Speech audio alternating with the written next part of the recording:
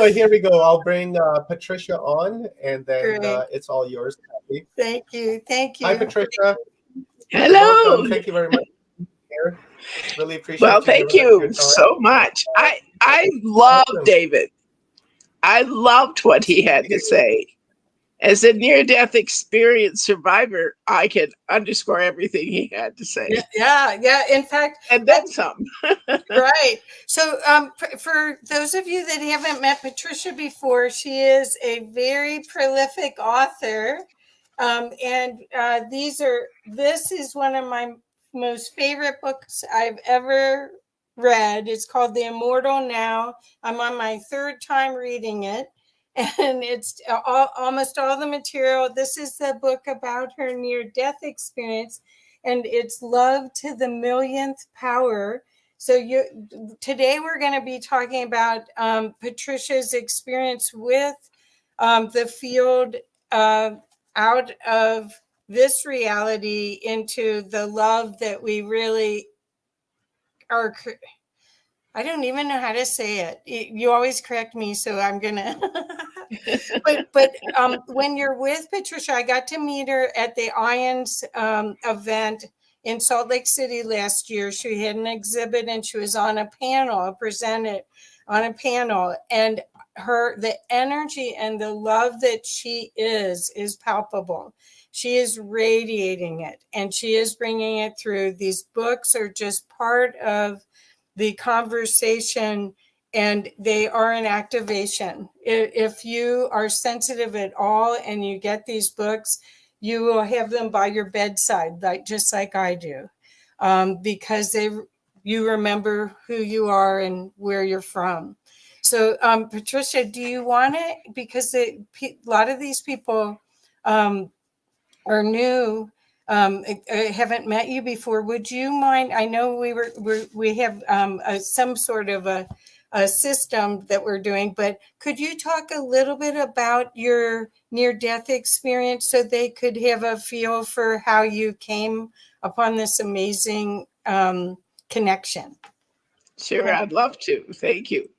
But it'll go back to what David talked about. Okay. Over and over and over again. So, David, thank you for being there when you were. You don't die. It's as simple as that. There is no death. David said that over and over. I'm going to say that again. And I'm so privileged to be here for Earth Day. I'm just in awe of, first of all, before I go into death, I want to go into life. My son said, Mother, did you ever think about this? I came through you on this thing we call the earth, and I'm breathing. I mean, what is that? And I say, and here is this earth that has, I mean, we have 40,000 million ants alone on this earth. And our children are born with over 400 personality traits, and we have over 8 billion people on this earth. It is stunning. So I want to just take a second and bring us into where I am on this earth. And then I'll talk about how I died. So I am on the earth. I came through my mother. I'm in North America, and I'm in the United States, and I'm in the state of Montana. And then I'm 84 miles from the origin of most of the rivers in North America, Yellowstone National Park, the lake at Yellowstone National Park. I am also on top of the super volcano. And I'm 52 miles through the Paradise Valley to Livingston, Montana. Now, you guys may know it from the movie Yellowstone, or the 1921 or 1881, but that's where we are. And yet you are all over this earth, all over this earth. and we are one with each other. We are one. When I speak with you, we are one. And then when I don't speak with you, we are one. So and one of the thing about that Paradise Valley, my just a little plug for my son who is born when I tell you the story. He just came out with a movie called The Year of the Dog, and it's filmed in Paradise Valley. It's on Amazon Prime. Did I have any idea of what he would be doing? Do I have any idea of what I will be doing? Not really. Not really. Children, again, are born with over 4,000 traits. We don't tell them what to do. We are part of the entire picture. So, all this journey began when I was, um, I died in London. I never thought I'd die in London, but that's what happened. And I was declared dead. I don't know if you have a picture of what that car looked like, uh, Kathy, but I sent you a little thing about pictures. But I'd like to take you quickly on a journey with me because I was a can't imagine me. I'm 6 feet tall and not slender. I was pretty slender then, but I was in a Mini Cooper, and my son Chris, who is now in his 50s, was 15 years old, and my son Tim were in the car with me, and I had decided that I was going to bike through Europe, and I was determined I was going to have fun. And so I tried to put my life back together again. See, I figured out what was going to happen. Lots of luck.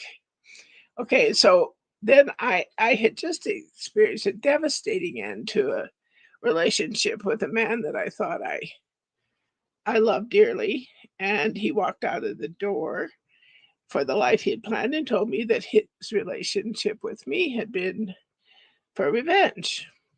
And he wanted to be in a position where I'd lost everything, and I had.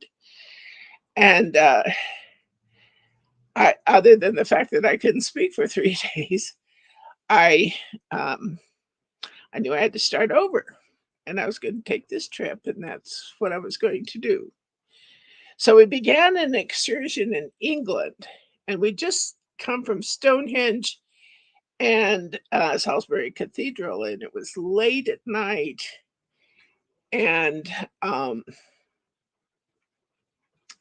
it, we were in this Mini Cooper we fondly called Bilbo Baggins, and it was just sheets of rain coming down, and I would try to. There was exhaust fumes in the car, and I would try to open the window, and then rain would come on in, and I'd close the window and open the window and close the window around 8 o'clock at night. And suddenly, I just lost consciousness. And it turns out that our car was headed toward gas pumps. And it's actually fortunate that we were head on by a Mercedes Benz. So I, uh, and I don't know if you have pictures, Kathy, of what that car looked like. I had it on. I didn't get them from you. They aren't attached to that email. Okay, I'm sorry, I don't have them. It looked like a crumpled piece of paper. It's hard to imagine that anybody lived through that. And I was declared dead.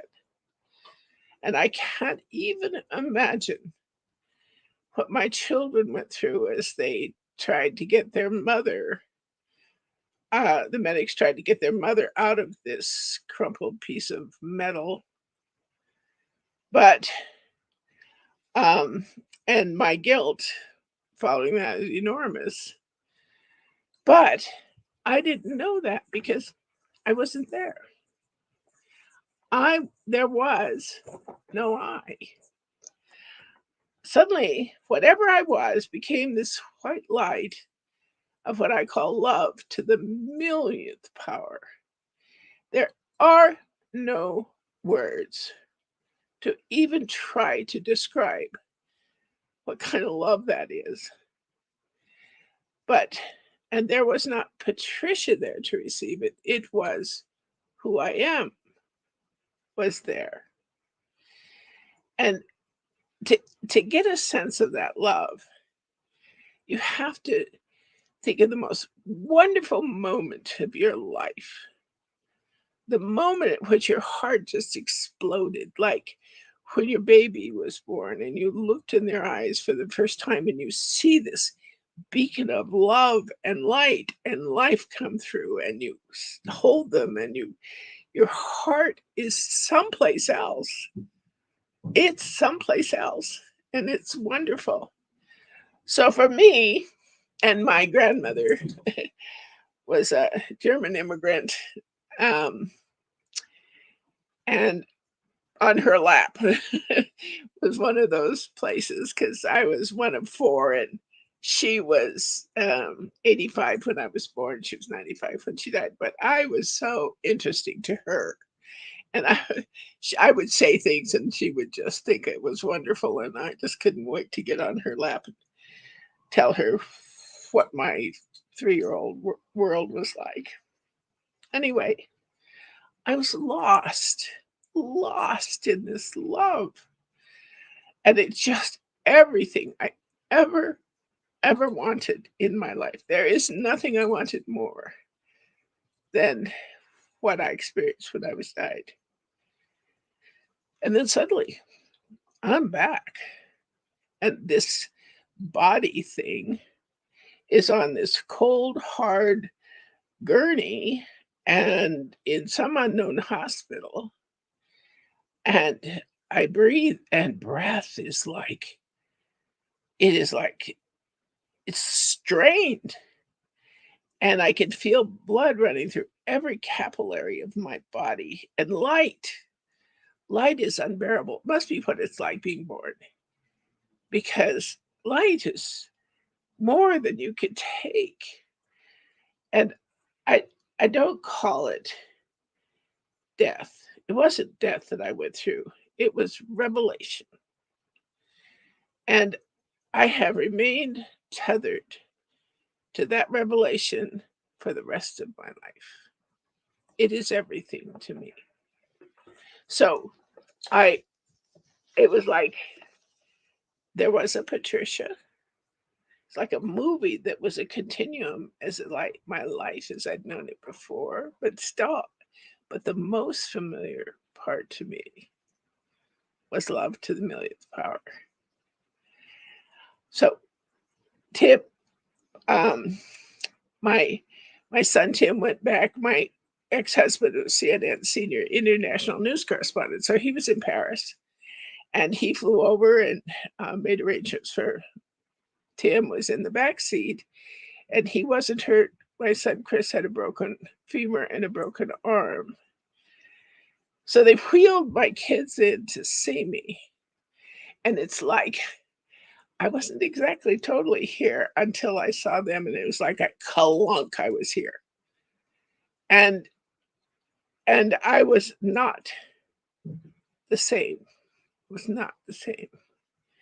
Anyway, so Chris had to stay in the hospital in Kingston in London, and I had to leave England because my visa wouldn't allow me to stay. So I had to leave my oldest son with a broken femur and a broken arm in the hospital. And I am in grief beyond imagination. I was crying uncontrollably. I was so I remember the flight, and I was injured. Flight back to the U.S. and I just couldn't bear it. Couldn't bear being here. So um, I arrived at the airport, and my brother and sister-in-law met me, and I was supposed to drive back to Moscow, Idaho with them from Seattle.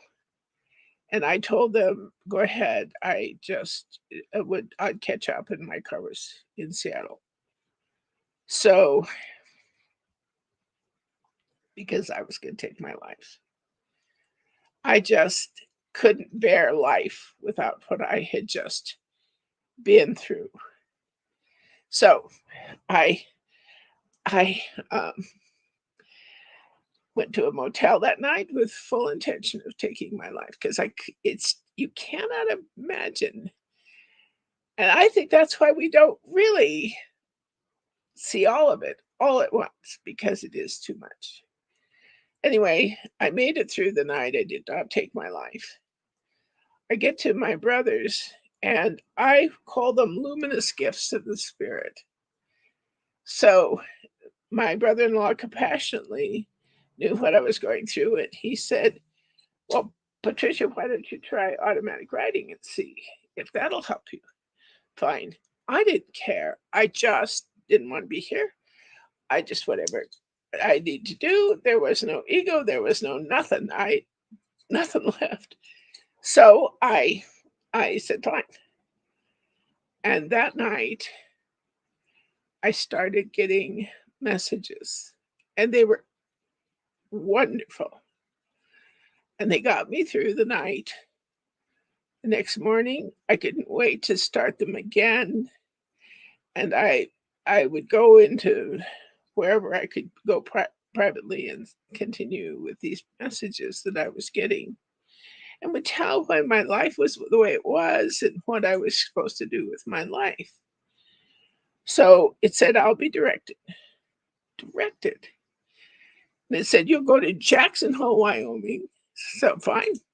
Get my car, go to Jackson Hole, Wyoming, and write all this time. And it says, you'll go to, this is how amazing accurate this thing was. It said, you'll go to the Silver Dollar Bar, and you will find the person who have the house you will live in, and you're supposed to write 3-4 books with your life. Fine, whatever it says. So I go to the Silver Dollar Bar. It said, you'll find this person. So I go to the Silver Dollar Bar, and this is the funny part. So there's one seat in the bar. So I take the seat, and this guy, get this fellow's phone number. It said, you'll get this fellow's phone number, and he'll own the house that you're supposed to stay in, and when you do these 4 books. And I said, okay, fine. So I did.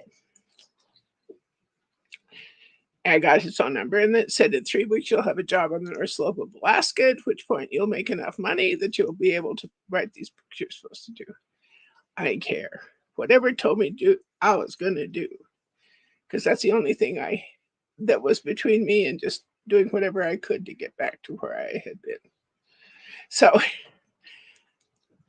turns out I did have a job on the North Slope of Alaska in 3 weeks. And on the way up there, I told my friend Judith, I'm supposed to, they said on August 15th, they'll tell you that you'll call this man and you'll have your house. So I told Judith to call. Judith said, fine. So I'm on the North Slope of Alaska phone. There's a phone call for me. It's Judith on August 15th. And she said, Pat, are you sitting down? And I said, I will, no problem. And she said, not only did that man, and one other thing, when I was in Jackson, I went out to Wilson, Wyoming, and I saw this cute little log house. And I said, oh, that is just a darling little log house. And the writing said, the man at the Silver Dollar Bar owns that house. That's the house you're going to be in. So when Judith called me, she said, number one, that man owned that house in Wilson. Number two, the people that lived there gave notice 3 days ago that they were unexpectedly leaving, and the rent was $400 a month. So $390 a month, and it was $10 off the rent, but it was incredibly accurate. So I did whatever I was told. It said, so I ended up at the house. My son Tim came out because he's a skier, and it allowed him to ski for his 8th grade year. And I was pregnant with my son Rob, who did this movie, and whatever. So it guided me to the MacArthur's, and that it said, you'll go to a Casey meeting. So fine, no problem. And I come with 17 notebooks filled with automatic writing. And I said, I'm here. You'll think I'm nuttier than a fruitcake, but I'm here with 17 books of automatic writing. And I'm supposed to do 4 books. So here I am, and I'm supposed to meet the person who's supposed to help me. And my friend was there, and she said, boy, I have been waiting for you. Where have you been?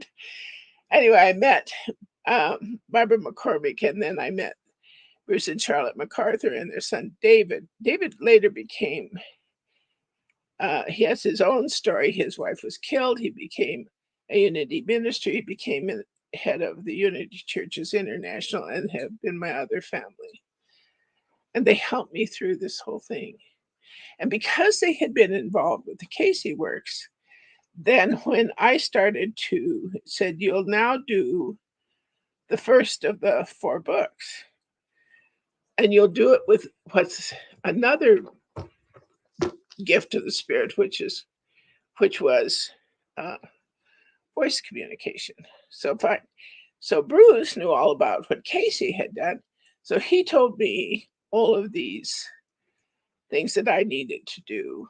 And we started the book, Passage from Fear. And I was still crying. It took me almost over a year to not grieve the way I was, not want to go back. Part of me just couldn't hardly stand being here. Part of me wanted to go back to where I had been when I died. But I did what I had to do, was a mother to my 8th grade skiing son, pregnant with Rob. And so we finished the first book, Barbara and I. I would go into a meditative state, and the books were amazing. They gave the number of pages, they gave the number of chapters. When we'd stop off one day, then the book would start for the next day. And it's the whole story is in this book, Love to the Millionth Power. The whole story of my death and what happened. So Rob was born. And I suddenly, before I came through that whole milieu, I was crying. And I'd look at the Teton Mountains, which are stunning, and I couldn't see beauty. And because beauty is a feeling. And suddenly I could feel beauty. I wasn't crying like I was. I had this newborn baby, and I was being guided, and I was being loved, and I was being cared for. And all those around me were being loved and were being cared for. And I realized that is who we are. So we are love, and we are in the present time, and we are cared. We are cared for, but we are also caring for. It's all part of who we are. So then I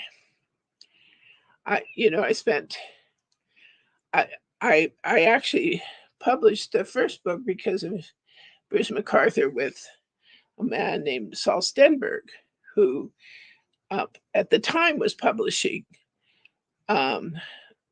He had me come down to LA, and this woman was publishing her book with him. And so I went down to LA with my 3-year-old son at that point, and her name was Louise Hay. And we went to the Moscone Center together with these books. And Saul Stenberg had also published a book called A Course in Miracles, and that had just come out. Anyway, so I was at the Moscone Center with Louise Hay, and it's like the circus came to town and Rob is running all over the place, and he is so I have to leave Louise manning the booth that we are manning, and Saul is all over the place, and Louise had it with him, and she said to me, Patricia, I'm going to start my own publishing company, which was the beginning of Hay House. But I was meditating. It gave me a white light meditation I had done for 40 years. But it said my job was not of a personality. My job was like giving birth to my children. I was to let this come through me and let this be its own being, much like my children were their own being. So I I was always obedient. I have always been obedient. Said I have always been guided. So now I am um, I am here with these books that have come through. It said the first one was to be Passage from Fear, was to be a sort of an overview. The second book after Rob was born is called Passage from Karma, the end of sin and repentance. And then the third book, it said, was going to be on the nature of reality. And so that is the book that Kathy had talked about, called The Immortal Now. And it is really important that I not be, we've really struggled with this, Kathy and I.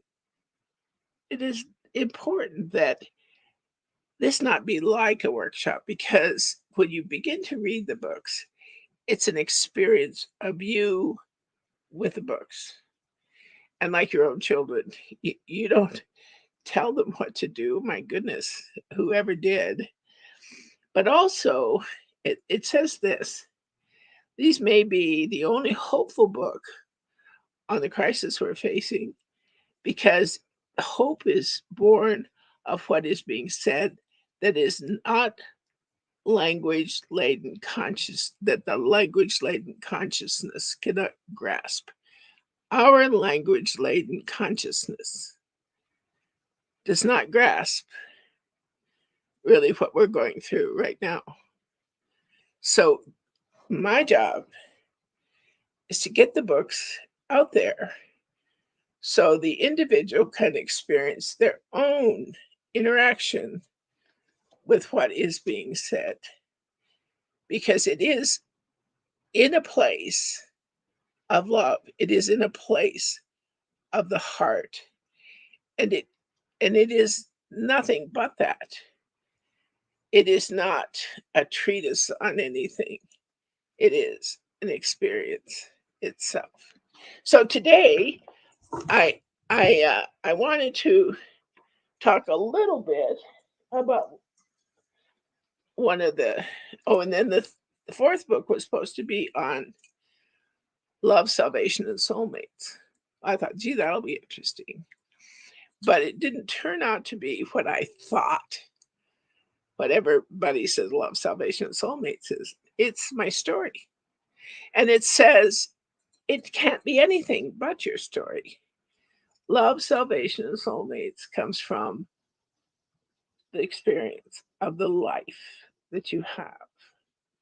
So it's called Love to the Millionth Power, a woman's journey from death to love to living in the immortal now. And so I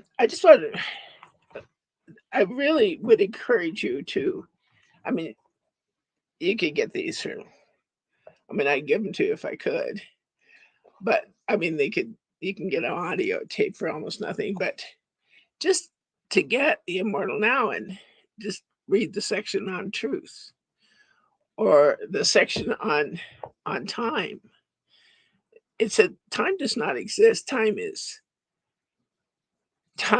moments. It is not what we think it is. It's moments of love. And we travel in time all the time. Don't we think back to our first love or the moment our child took their first steps, whatever. So, and then um, because this is Earth Day, I want to just read talk to you a little bit about, for example, what's in Jill's story. And Jill's story is taking a lot of these concepts and putting them into a story form. It says, we actually can begin to grasp what's happening with us now through imagery, through story, through conversations, like the conversation. By the way, the Dalai Lama loves these books. Uh, these are conversations that we can't, because the heart hears all this.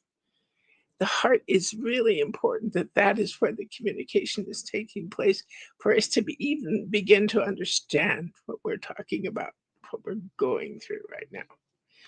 So this Joe's story, it says, for example, it talks about the earth, and it says the earth is at the climate of the earth is an ethos, almost like a membrane surrounding the earth. But when one looks at that membrane as love, as mass, as spiritual mass, as opposed to material mass, and as existence in all place, all time, everywhere at once, we begin to see what we mean, for example, by the earth. It is a sense, it is an understanding, it is a movement of the heart. It is contained within the heart, and the heart is not what you perceive it to be within the mechanism of the body, because the heart is the oneness of all life, and the earth is the same oneness. It is massive beyond comprehension. So that oneness that you perceive as beyond comprehension, it is beyond any kind of perception of what you have if you use your five senses. It's expansive beyond anything you can explain. If you use your intellect, it's beyond anything you feel. If you use your body as a mechanism. That is why now it is a change of perception into that oneness, into that love, into that freedom of the heart that we are all going through. And it says what is important is that humanity see through the veil to the nature of life itself. How life heals only through love. Love is immobile. Cannot be changed. It exists within its own being. Humanity is now within the place that enlarges to its own being. So we are in that point where we are enlarging to our own being. And this is what, like David was saying, only it says it such interesting ways. It is not like the books, Jill's story is kind of my experience, but it's a story of a 14-year-old girl who goes through a near-death experience, and she gets all this teaching as she goes through this experience. And it talks about atmosphere. It talks about the atmosphere is everywhere. It is not what you think it is. Atmosphere is the presence of love. It is the presence of the breath of life. It is the presence of that which sustains life. It is a protector from which what is perceived of as the sun, but it's not what you see as the sun. The atmosphere is filled with life. It is filled with consciousness, with love, and that which goes in and out of what is perceived as bodies of living things. But it itself is living. So it is oneness. It is not a separate thing which language will attribute to it. So language evolved and said, this is atmosphere. This is dirt, this is human, this is planet, this is the case. That is nowhere even close to the case. The atmosphere is what is the breathable part of life itself. So when the individual breathes in air and breathes out, and the trees breathe in and breathe out. And one is breathing in oxygen, the other is breathing up carbon dioxide. And it is part of the whole of life. It is part of the entirety, and it is all one. It is all part of the God center within life itself. It's hard to imagine how the system of life actually works because language has, for a very long, attempted to categorize it. It's like saying, here we have the categories of love, and what you find in that kitten as much as you do in some other category. And that's simply not true. The child is breathing and living in motion and energy and one with all that is love so deeply. And language has become a mechanism in which individuals become removed from that in which they are participating. So then it talks about the sun. Joe goes and asks about the sun. And it says, what you perceive as the sun is not the sun. That seems like a simple concept, but imagine life without energy, life without the ability to move, to reproduce, to create oxygen, to create carbon dioxide, and do all of the things it is able to do because it is the sun, it is the magnificent sun. It is not what you think, though. It is a fire. It is the ball of life-giving energy, and it cannot be understood until you understand that its purpose is life itself. Its being is life itself. Its energy is part of the whole of life itself. So the sun is an integral part of the atmosphere of the life of the individuals, of the plants, of the sky, and it is all one. It is not separated. It is not categorized. It is not. It's not integrated. It is the whole. So it says the arrogance that goes into the belief that the human beings have destroyed such a thing as the sun would be the same kind of arrogance if one assumes by their own activities that they could destroy the sun. They cannot. And then it talks about in the teachings, and it talks about water. And this is actually all channeled work, but water.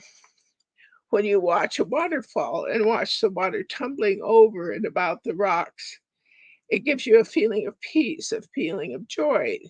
And the reason it does is because water is the foundation of life. Water is the underpinning. It's the essential part of the atmosphere energy equation. It is the liquid part of the motion of life. It might be said that it is the liquidity of life. It is the flow of life. It is the meaning of life. It is a permeation into every cell of every body of life. So every cell of every living being contains water within it, and it flows throughout the system of every being that expresses life. It is the flow of life in every cell in existence. So that water is not only part of the whole, it is the carrier of the whole.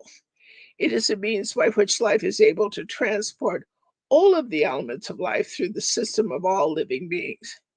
And it fills every form of life. Every form of life is filled with water of some sort. So why is life filled with water? The reason is that in the grand picture of love itself, it is because that life that exists within each individual's fluid, it is not stiff and intransigent. Life is always flowing. Love is always flowing. There is no such thing as non-moving love. There's no such thing as a love that is not able to permeate everything. There is no such thing as love that is not able to fill all life with its substance and its abundance, and that without measure. It's important to understand because as climate changes, it begins to be more flexible, more fluid, more and more able to adapt, more and more able to flow, more and more able to reach all forms, all elements of life. And that cannot be stopped. that cannot be terminated by human will, by traditional theology or fear or political limitations or anything. It is in every cell of every living thing. How could a conscious mind affect that? So I don't know how much time I have, but so these yeah, books take you to this place where you exist, and that is who you are. You are love to the millionth power within the present. And there is really, that's what is the truth. That's what David was talking about. That's what we okay. understand. Oh, And thank yeah, you. so it is so important that people, and this comes through stories because we can relate to stories, but this is so important that you just take this time to, and frankly, the books are so wonderful that you just let yourself have your own experience with it. With it has really nothing to be with me any more than yeah. As a parent, are you kidding? You have everything to do with your son. Nah, he's on it, his own. And it's like someone was saying, truth is and truth is just fascinating in these books. But as someone was saying, truth is like a lion. Let it free; it'll defend itself. you know. Um, so Yes. I Well, I don't know how to. well, what I want to make sure people know is we have put Patricia's website in the chat, and we will make sure that you can go to her site. She has a site called Climate Change: The Healing, which is one of her books. But we're not featuring that book today. We were featuring mostly this book, is what the book that Patricia was reading from. But I want to encourage you to, if you can, to get these books. They have palpable. They're a portal to the energy and the remembrance of our connection, who we really are. They take you out of time and space. They're all channeled. This is not an intellectual practice. This is a heart practice. And once you reconnect with that, I'm getting chills just talking about it and holding them. Once you have an experience with this, you'll see what the benefit is for you, right, Patricia? Yes. Oh yeah. Yeah. And it's you with it. It's Yeah. you with.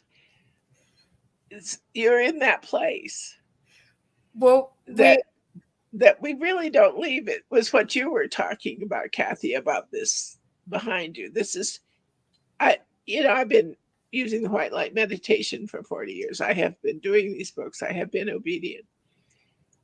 I finally came to the understanding that is who we are. right. And it is almost like a movie that has a script that is language laden, that we are beginning to release our own selves from, Right. Yeah, I to resonate with the whole movie it, thing. almost silently we are going through this process together. And it is us, one being, doing this beyond comprehension, just like the earth is beyond comprehension. We are doing this together. And I have really come to, I would notice it as time went on, but now I understand it. And so my all I am to do right now in my life is to get this out there Right. so people can have their own experience. Right. Mm. Well, the thing is, what I want to encourage people about this too is that once you have these books are experiential, and so it's not just this, it's the road from here to here. And once you have that, it is a unifying principle with truth. And we're coming into this time period where we need to see the truth. We have been blindfolded, whether through our programs or our culture or whatever we choose. It's now a chance for us to see the love that we are, and reconnect to it and be that again. And that's all we need to do to go forward to create the new earth, as they call it. The earth will be fine. The earth is pure love. It's a conscious being, and these works that Patricia connected to her greater knowing, and then was guided lovingly by friends and family and extended family, if you want to call it, to channel. And she's still channeling this information right now. You have to know that this presentation, she channeled it from a couple of days ago to today to what to say. So Patricia learned something that most of us don't learn, is to listen to that inner voice.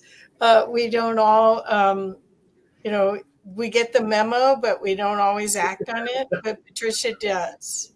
I'm So, back for that. so Omar, will you come back on for a sec? Yeah, absolutely. I'm always here. Yeah, I really resonate with the whole movie concept. The world is but a stage, and we're just playing out our part on that. And I'm a true believer of the fact that we tailor, tailor make our earthly experience here when we come here, and everything that goes with this wonderful experience that we're having. Right? Nothing is by chance, and everything is coordinated, and right down to its intricacies. It's just I really like that, because we are dealing with like a matrix of sorts. We don't know what Yeah. type of a matrix it is that we're dealing with. Is it a computer program we're dealing with? Is it a false reality that we're dealing with? We just don't know, but we do know that we're interacting with something, and that something is predetermined before we show up here. And to resonate on what David was saying, there's no such thing as death, because No, we doesn't before, exist. we will be after, and here we are. And I really liked what he said. Your death is being born into this very limited density. And it's I really resonated with what you were saying. But and also to point out is that to go with the theme of the day, I really don't think that we need a new Earth. I think the Earth is just fine Yes. as it is. It has been for the last 4.5 billion years, and it's our ego. It's our ego that that tells us that we're damaging the Earth, and we're doing this and we're doing that. When really, we're not. It's us that needs the work. We need the new human rather than the new Earth, right? I'm fine with the old Earth and the regular Earth, but I'm not fine with the human right now, because it just seems that the human at this particular moment has just lost his ways, and and is suffering from extreme amnesia, and being controlled the way that we're being controlled, and not realizing what's happening to us is our fundamental flaw, is our Achilles heel. And once we begin to recognize that and see for the fact that we're much bigger than what we are and what's happening to us, once we can realize that, then I think we can begin to change our perception and move towards the the heart, working from the heart space, working from the love space. Because right now, when we look around, it's almost as if though people are embarrassed to say I love you to someone or to themselves, or even to a stranger. It just seems to me, that's what it seems like. And we need to move away from that. And with this new human that we're trying to, evolve ourselves into, like an indigo, star seed, or whatever people want to label it. That's the only way that's going to come is through self-awareness, and through love. And beyond that, it's Yeah. not achievable. It's really not. Yeah. And one, the idea of Mahatma Gandhi comes to mind. One of his quotes, when he said, you can tell, and exactly how it goes, but you can tell how a nation is just by the way they treat their animals. And Yeah. and today, I mentioned right in the beginning of this stream that we had went through this little you know I don't know whatever it is that we went through a couple of years ago, and people just began adopting animals because they were at home by Yeah. themselves. And and then now that it's all over, people are dropping their animals off at SPCA and animal shelters and such, and discarding them. And that's kind of where I feel that we need to work on ourselves, right? To be that new human, to look at that animal and say, well, that is a projection of me. That animal is I, and I Is am part that of animal. me. Yeah. That's right. And I wanted to say too, thank you. I didn't mean to interrupt. Okay. But I wanted to say too, the books talk about the flower that is blossoming. Mm-hmm. Now, the energy of the flower of the plant goes into that flower as it blossoms. And the book isn't negative at all. It Mm-hmm. isn't. It says, I want to read this. It says, it's a release of generation after generation of teaching those who came to this that those who come to this limited plane of existence. There's a limited God, there's limited space, and there's limited time, and there is birth, death, heaven, salvation. All those concepts have come from a belief that this is all there is, and that love is not the only thing there is. There is a kind of freedom that connects all life with all life on a global scale. The greater lesson is that all life is one, as the masters have taught, through darkness of generation after generation of limited thought. But the heart has been there all along. It's difficult to describe how this planet will heal itself, but it will, and will have everything it needs as you continue to grow in understanding of the climate and the changes that are Mm-hmm. occurring in human history. This is the greatest renaissance that has ever been experienced by humankind. There is nothing even close in the human history, and this book is leading the way for humankind to see what is Mm-hmm. actually happening.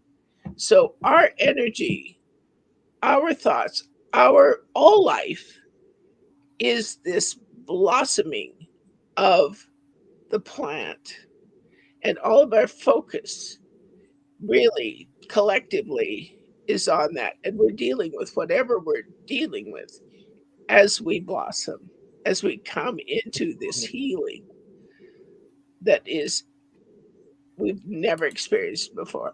I know for sure there's no life, death, heaven, sin, or saint.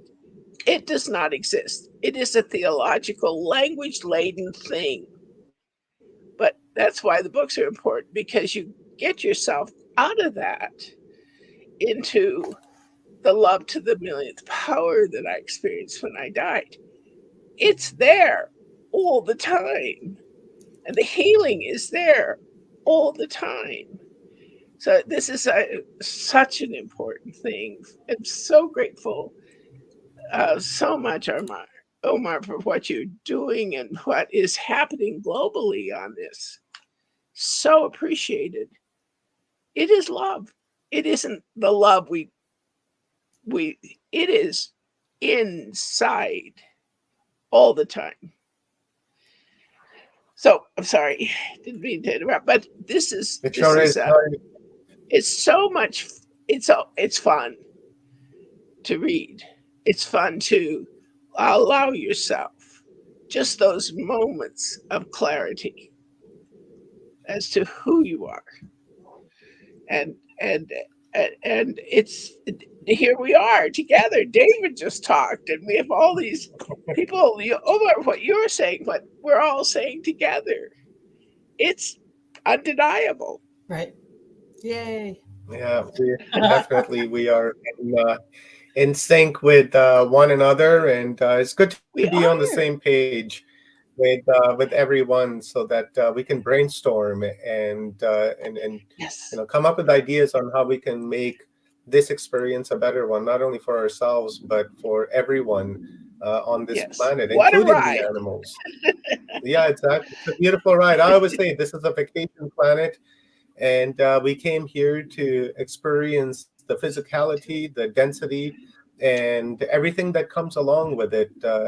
Be it good or be it bad, at the end of the day, it's all an experience that we came here for, and it's a wonderful experience, because when we think about it, in our natural state, we're energy, right? We are We light, are. and there's no We're atmosphere. We're substance. water.